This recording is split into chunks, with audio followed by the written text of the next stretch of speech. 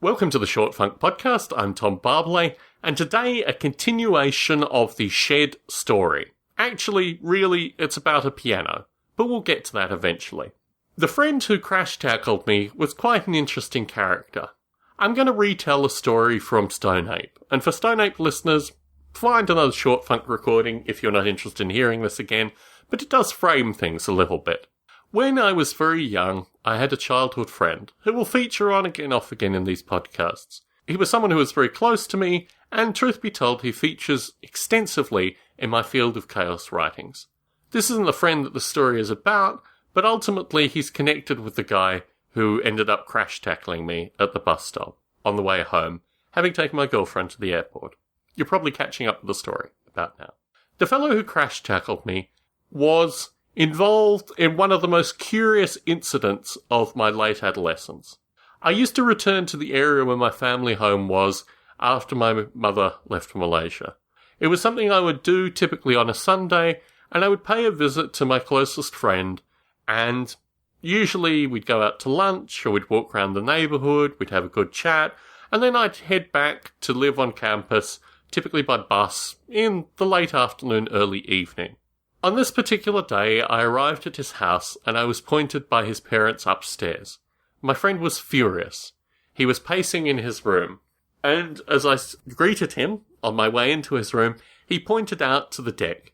My friend lived on the second story of the house, and looking out over the somewhat sprawling middle-class garden with rose bed on the side was a deck, which nominally he shared with his brother, who was in the room next door, but his brother was never there, so basically he had the deck to himself. Cannabis was decriminalised in the area that I'm from in Australia, and you'd see cannabis growing quite frequently. You'd see it in people's backyards, occasionally you'd see it on people's decks, and my friend had a relatively secluded deck. Although it looked out over the back garden, there were a number of large established trees along the side of the house, and it was impossible to see the deck from the street.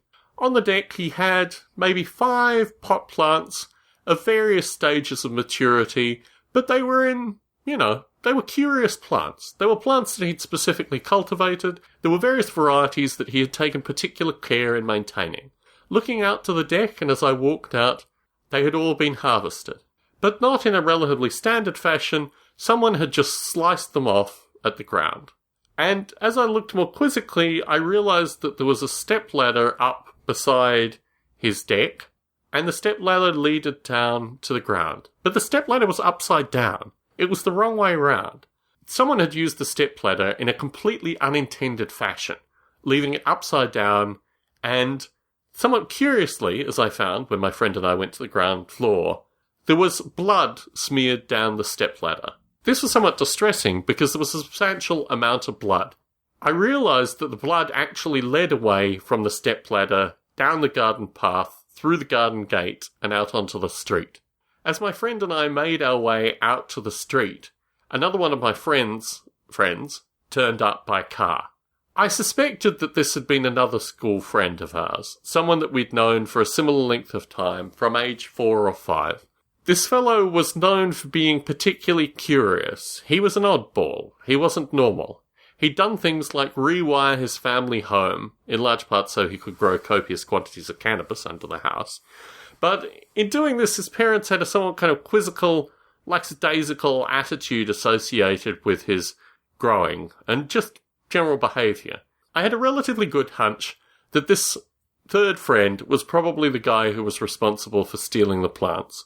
He had a way of doing things, as they say in Latin, in a half-assed fashion. And this had all the hallmarks of his work. When my friend's friend pulled up in a car, I said to the fellow, "You might want to go and check out so-and-so's house. Why don't you meet us up there? Because I have a feeling that this trail of blood is going to end there."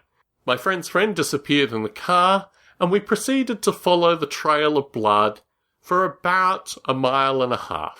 There were large splotches of blood indicating a relatively serious gash to the hand, and as we followed the blood, my breath became shorter and shorter. It was clear a substantial amount of blood loss had occurred, and as it was in autumn, although there were leaves that had fallen over various aspects of the trail of blood and blown, the blood was pretty definite, and it led one way. We arrived at my friend's home, and the fellow who had come by car was waiting out in the driveway, but my closest friend was furious. It was clear what had happened here, and he banged on the guy's door very loudly. One of his parents came to the door, it was his mother, and she asked what all the noise was about. My friend, speechless, stormed past her and ran to the fellow's room, again banging on the door. I said to the fellow's mother, "Look, something has gone terribly wrong. We suspect that your son has injured himself greatly." By this point, the door to this fellow's room opened, and I moved past this fellow's mother to the doorway, where I saw a somewhat shadowy figure in the darkness. "Come out," my friend demanded. "Come out and show me your hands."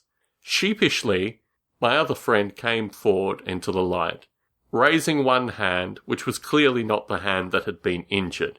"Show me your other hand," my friend said. "Come on, show me your other hand." Slowly but surely he raised his other hand. His father was a surgeon. It was a middle-class suburb, after all. It appears late at night, the surgeon's son had returned home, gashed and bleeding heavily, and his father had stitched up his hand.